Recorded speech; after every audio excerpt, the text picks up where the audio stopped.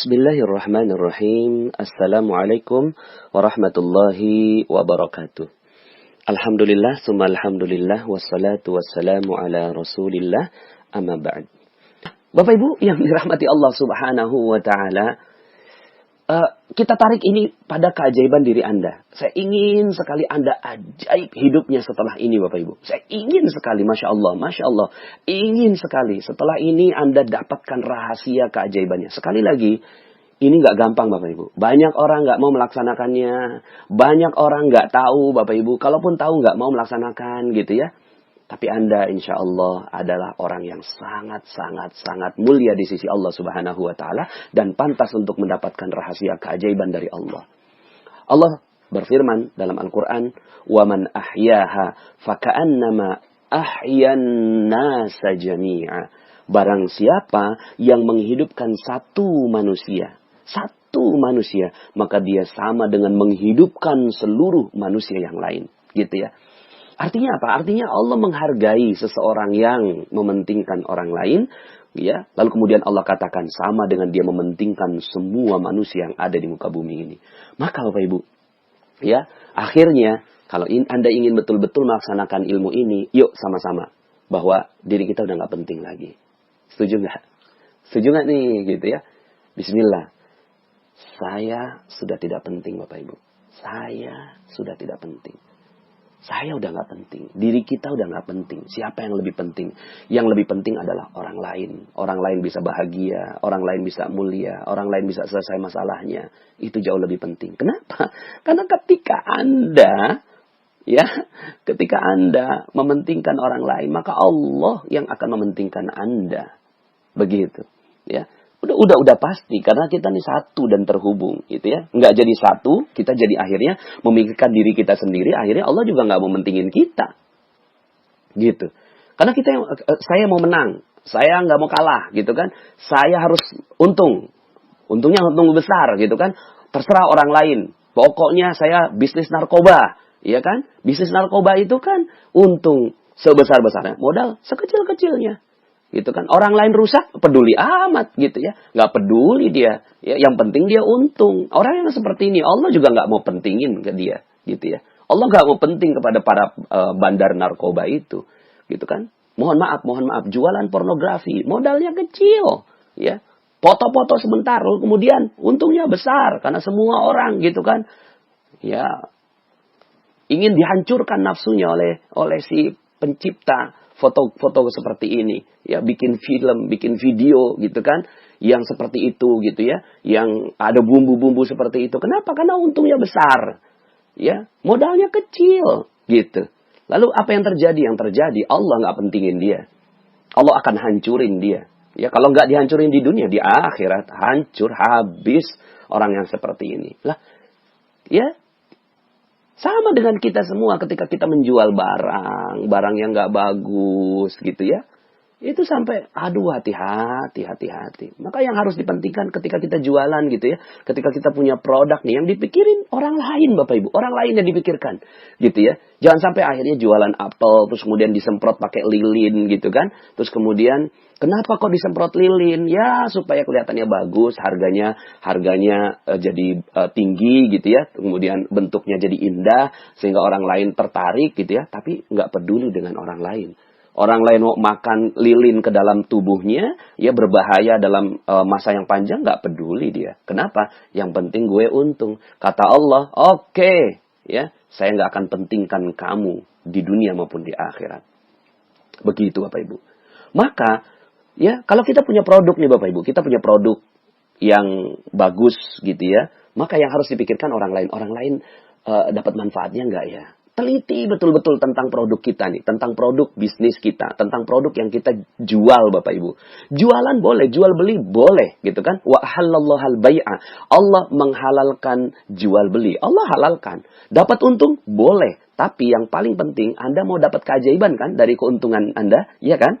Jadi kalau Anda mau untung dan dapat keajaiban, harus dilakukan dua hal. Satu, Anda boleh untung, satu, tapi yang kedua, orang lain harus jauh lebih untung dibandingkan dengan produk Anda.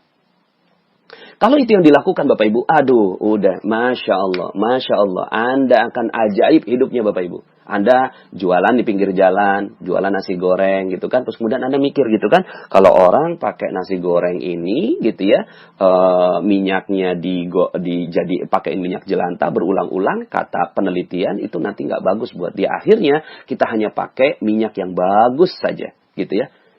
Minyak yang bagus, yang rapi gitu ya, sehingga akhirnya orang lain itu bisa mendapatkan yang baik gitu kan. Kemudian ketika kita goreng gitu ya, terus kemudian orang, Pak saya mau pesan gitu kan, nasi goreng berapa harganya? 25.000 gitu kan. Loh kok lebih mahal Pak dari yang lain? Iya mohon izin ya, yang saya lakukan adalah supaya Anda gitu ya, dapetin minyak yang terbaik dari yang saya goreng ini gitu. Oke deh, akhirnya terjadi jual beli. Lalu kemudian ketika Anda menggoreng itu Bapak Ibu ya, menggoreng misalnya Anda kuliner gitu kan, ya Allah, jadikan setiap butir nasi ini ya Allah, gitu kan, membuat dia tegak beribadah di sisi Engkau, sehingga akhirnya dia bisa beribadah kepada Engkau. Maka jadikan ya Allah setiap butir nasi ini menjadi amal soleh buat dia dan juga buat saya ya Allah. Masya Allah. Bapak Ibu, hanya jualan nasi goreng, satu piring, harga 25.000. Tapi ajaib. Anda dapat untung Bapak Ibu. Anda dapat untung sih. Modalnya katakanlah 15.000. Anda untung 10.000. Tapi orang lain jauh lebih untung. Dapat doa dari Anda. Kalau ini kan enggak sekarang ini kehidupan kita. Tapi udahlah, biarkan kehidupan kita yang lalu, biarlah berlalu, ya. Cacat yang sempurna, Bapak Ibu ya. Cacat yang sempurna. Siapa sih yang nggak pernah buat salah? Ya, oke lah kalau misalnya kita lagi di detox rezekinya. Sekarang apa yang harus kita lakukan? Yang harus kita lakukan, oke, pikirkan orang lain bahagia. Pikirkan orang lain dapat untung lebih besar daripada untungnya kita, gitu ya. Jangan juga begini, biarin kita rugi, orang lain yang untung. Nggak bisa juga. Yang harus kita lakukan, bagaimana kita untung sih, tapi orang lain harus lebih untung daripada kita. Gitu ya. Makanya kalau seandainya Anda jual beli di tanah suci ya, jual beli di tanah suci, biasanya tuh ada penjualnya itu bilang halal gitu ya.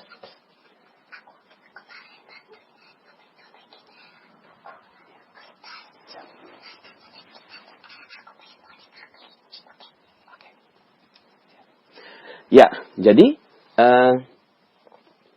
sampai mana tadi? Oh, ini ada anak saya ya. Anak saya ini adalah rezeki Bapak Ibu. Nanti ada materi tentang nahnu narzuquhum. Ya, nanti saya sampaikan tentang anak ya. Jadi ini saya ngerekamnya di kamar aja. Jadi ketika anak saya masuk ya saya layani. Oke Bapak Ibu. Jadi artinya ketika Anda menjual Bapak Ibu ya, ketika Anda menjual sebuah produk, akhirnya orang lain mendapatkan untung lebih banyak daripada gitu ya, daripada untungnya Anda, gitu ya. Tapi setelah itu, aduh, Masya Allah, setelah itu hidup Anda ajaib, Bapak Ibu. Ajaib, gitu ya. Ajaib, cobain deh, gitu ya. Maka setelah itu, Masya Allah. Lalu kemudian nggak usah bersaing, Bapak Ibu. Nggak usah bersaing, ngapain bersaing, ya.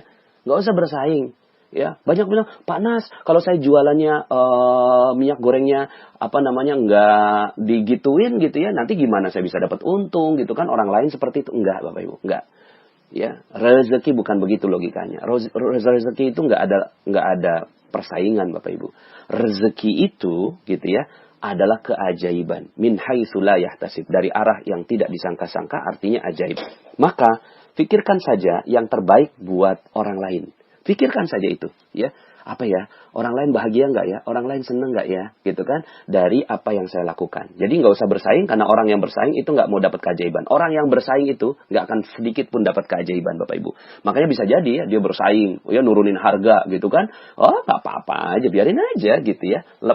Silahkan aja gitu ya. Tapi kemudian kita edit value buat orang lain, gitu ya. Nggak apa-apa, harga nggak usah diturunin Bapak Ibu, jatuh-jatuhan harga juga nggak nyunah, gitu ya. Jatuh-jatuhan harga itu juga nggak bagus, gitu ya. Yang perlu kita lakukan apa? Harganya tetap, gitu ya. Harga pasar, nggak juga terlalu terketinggian, tapi nggak juga bikin kita jadi rugi, nggak, gitu ya. Harus ada untungnya, tapi orang lain lebih untung daripada kita. Tambahkan apa untungnya? Ya mungkin dari setiap Anda jualan itu doain, gitu kan. Anda jualan handphone gitu ya. Terus kemudian berapa Pak harganya? 2.500.000. Ridhonya berapa Pak? Ya 2.400.000. Bisa nggak lebih kurang lagi? Ya mohon izin 2,4 ini gitu kan. Mudah-mudahan kalau engkau beli, saya doakan mudah-mudahan ini menjadi manfaat buat engkau dalam kehidupan engkau. Lalu kemudian berlipat ganda dari manfaat dari si handphone ini. Gitu Bapak Ibu. Nggak usah diturunin harganya gitu ya. Tapi kemudian orang lain, oke. Kayaknya kok saya seneng ya ngelihat mukanya dia, kok kita dijaga, dimuliakan, kok saya dimuliakan, dibahagiakan dari senyumnya dia. Akhirnya orang lain mau beli sama kita Bapak Ibu. Ya, jadi pikirkan orang lain. Ya, kemudian Bapak Ibu ini yang pertama. Jadi kalau Anda punya produk, pikirkan orang lain. Orang lain harus lebih untung daripada kita, tapi bukan menjadikan Anda rugi. Anda harus untung juga, tapi orang lain lebih untung daripada Anda. Yang kedua. Ya, untungnya dari dapat manfaat dari Anda ya. Yang kedua, kalau lagi ada masalah berat Bapak Ibu, nggak usah minta-minta. Ya, ketika lagi ada masalah berat gitu ya, nggak usah minta-minta. Nggak usah Bapak Ibu. Ya, aduh, saya kok lagi berat ini ya. Uang lagi nggak ada, bahkan garam lagi nggak ada. Diam aja Bapak Ibu, diam aja gitu ya. Nggak usah meminta-minta. Mintanya sama Allah saja gitu ya. Lalu kemudian, apa yang harus dilakukan? Lakukan yang perlu dilakukan, yaitu setelah itu bukan mengurung diri di rumah. Aduh, garam nggak ada. Aduh, anak nggak bisa makan. Keluar aja Bapak Ibu. Ngelihat ada rumput orang tinggi, rumput tetangga tinggi, potong aja. Ya, potong aja Bapak Ibu. Terus kemudian kalau seandainya ada orang yang, ada si pemilik rumahnya gitu kan. Hei, itu mohon maaf ya saya nggak punya uang sekarang. Nggak. Saya cuma mau membahagiakan kamu kok dengan rumput yang bersih gitu. Udah, sibukkan diri dengan orang lain, Bapak Ibu. Jadi ketika Anda punya masalah berat, nggak usah fokus dengan masalahnya, langsung aja keluar. Mana orang lain yang perlu saya bantu? Mungkin Anda pergi ke terminal, melihat nenek yang tidak bisa menyeberang, kemudian Anda bantuin nyebrang. Mungkin pada saat itu Anda melihat ada seorang anak kecil, gitu kan, yang kehilangan ibunya, lalu kemudian Anda bantu untuk mencarinya. Terus begitu. Anda berat, iya. Anda punya masalah. Diam aja Bapak Ibu, diam aja. Yang perlu dilakukan apa? Yang perlu dilakukan, jangan minta-minta Bapak Ibu. Karena meminta-minta ini dosa, Masya Allah. Ya, nanti saya akan bahas tentang meminta-minta. Ya, berharap kepada manusia, itu nggak boleh Bapak Ibu. Berharapnya kepada Allah saja, gitu ya. Dan berharap kepada Allah, actionnya apa? Actionnya bantu aja orang lain. Apa yang harus dilakukan? Orang lain apa yang bisa saya bantu? Apa yang bisa saya bantu, gitu ya. Terus begitu, ya. Tolong aja orang lain Bapak Ibu. Dan, gitu ya.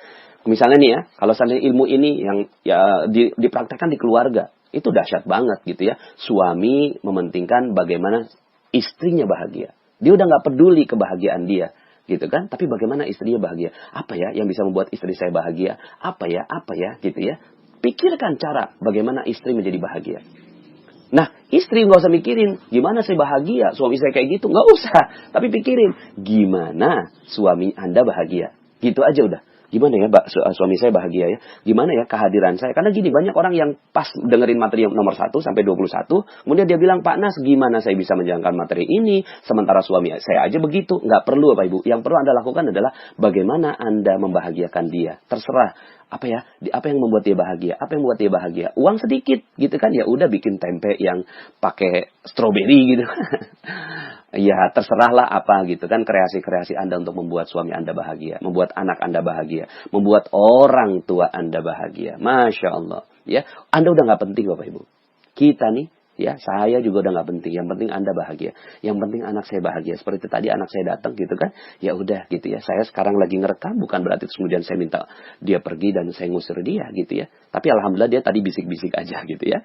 Nah Bapak Ibu, ya. Misalnya Anda di perjalanan gitu kan, jalanannya penuh, ya kan udah nggak ada macet lagi kan, jalanannya penuh, ada orang mau lewat, ya silahkan gitu kan, dipersilahkan gitu ya. Terus kemudian ada orang mau nyebrang, dipersilahkan. Anda naik umum gitu kan, terus kemudian ada orang mau duduk, persilahkan, berkorban buat orang lain. Udah, itu aja yang Anda lakukan. Bagaimana orang lain bahagia, bagaimana orang lain senang, bagaimana orang lain mulia, karena Anda. Ya, setelah itu Allah yang mikirin Anda. Ya, lalu kemudian juga pedulilah dengan kesulitan orang lain. Sehingga akhirnya dalam kamus magnet rezeki, orang yang sulit itu nggak perlu minta-minta karena orang yang peduli terhadap kesulitan orang lain, gitu ya. Jadi kita lihat nih, mana nih orang yang sulit, mana orang yang sulit gitu kan. Saya bantu gitu ya. Makanya kayak misalnya gitu ya, kita membantu Palestina, membantu Suriah gitu kan, membantu Gaza gitu. Terus kemudian ada orang yang bilang, ngapain sih bantu ke sana jauh-jauh banget gitu kan. Di sini aja ada banyak sekali masalah. Ya nggak gitu sih. Cuma karena di sana mungkin ada kemuliaan yang besar yang kita ingin raih, lalu kemudian kita bantu ke sana gitu ya. Jadi peduli dengan kesulitan-kesulitan orang lain. Dan terakhir Bapak Ibu, terakhir ya, sebenarnya ini materinya panjang sekali ya. Walaupun poinnya satu, apa itu? Keajaiban terjadi manakala Anda memikirkan kepentingan orang lain. Yuk baca sama-sama. Keajaiban terjadi hanya manakala memikirkan kepentingan orang lain.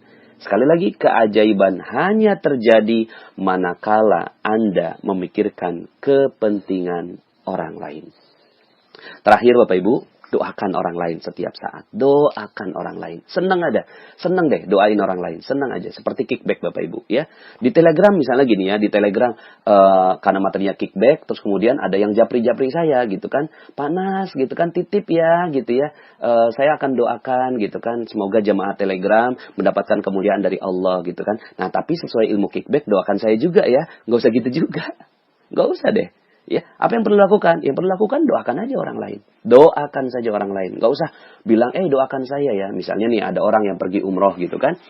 Ya memang sih, ya kadang kita bisa nitip doa gitu. Cuma ilmu saya memang sedikit berbeda gitu ya. Karena Allah tuh maha mendengar. Pikiran kita aja Allah dengar. Perasaan kita aja Allah dengar. Lalu kemudian yang perlu Anda lakukan, mudah-mudahan kamu hajinya mabrur ya. Mudah-mudahan kamu umrohnya mabrur ya. Mudah-mudahan kamu pulang selamat gitu. Anda yang mendoakan. Anda yang mendoakan orang lain yang pergi ke tanah suci, gitu ya. Bukan Anda minta didoakan. Kok gitu? Ya gimana ya? Ya bismillah gitu aja, gitu ya. Boleh sih minta didoakan. Tapi yang lebih baik daripada itu, kalau Anda mau dapetin keajaiban adalah Anda yang mendoakan orang lain. Bahkan doakan orang yang mau pergi ke tanah suci. Doakan orang yang sedang berjihad. Doakan orang yang sedang menuntut ilmu. Doakan orang yang sedang mencari nafkah. Doakan orang yang sedang berdoa kepada Allah. Doakan orang yang yang sedang berikhtiar maksimal. Doakan semuanya, gitu kan. Bahkan mungkin bisa jadi Anda sholat hajat untuk orang lain, Bapak Ibu. Pernah nggak sholat hajat buat orang lain? Selama ini kita sholat hajat untuk diri kita sendiri. Ya Allah, aku mau rezeki yang bagus ya. Lalu kemudian Anda sholat hajat, Allahu Akbar gitu kan. Bapak Ibu, coba sekali ini coba Anda lakukan. Anda sholat 2 rakaat, Anda pikirkan orang lain yang sedang membutuhkan doa Anda. Ajaib Bapak Ibu. Nikmat sekali Anda sholat hajat untuk orang lain. Ya, doakan juga para ulama. Kenapa? Karena ulama ini energinya luar biasa Bapak Ibu. Energinya luar biasa. Kalau Anda doakan mereka, maka sebenarnya gitu ya, Anda didoakan oleh Allah Subhanahu wa taala, didoakan oleh malaikat gitu ya. Lebih dahsyat daripada doa Anda kepada para ulama itu, gitu ya. Kepada para ulama, doakan ustadz, doakan pemimpin, doakan siapapun yang mulia. Bahkan Bapak Ibu, doa tertinggi dalam keajaiban ini, ya rahasia keajaiban ketika Anda mendoakan Rasulullah Sallallahu Alaihi Wasallam. Makanya ini adalah doa tertinggi, yaitu solawat kepada Rasulullah. Innallaha wa malaikatahu yusalluna ala nabi. Sesungguhnya Allah dan para malaikat itu bersolawat kepada Rasulullah. Nah kalau udah kayak gitu, Anda mau dapetin keajaiban Bapak Ibu, apa yang harus dilakukan? Salawat kepada Rasulullah sallallahu alaihi wasallam. Allahumma salli ala Muhammad, Allahumma salli ala nabiyina Muhammad wa ala ali nabiyina Muhammad, dan seterusnya. Terus salawat kepada Rasulullah. Barang siapa yang bersalawat 1 kepadaku, kata Rasulullah, maka Allah akan memberikan salawat 10 kepadanya. Allah. Ya. Nah inilah keajaiban Bapak Ibu ya. Apa itu keajaiban? Keajaiban adalah mementingkan orang lain daripada diri sendiri. Terima kasih, mudah-mudahan bermanfaat. Mohon maaf atas segala kekurangan. Sampai jumpa dalam audio-audio berikutnya.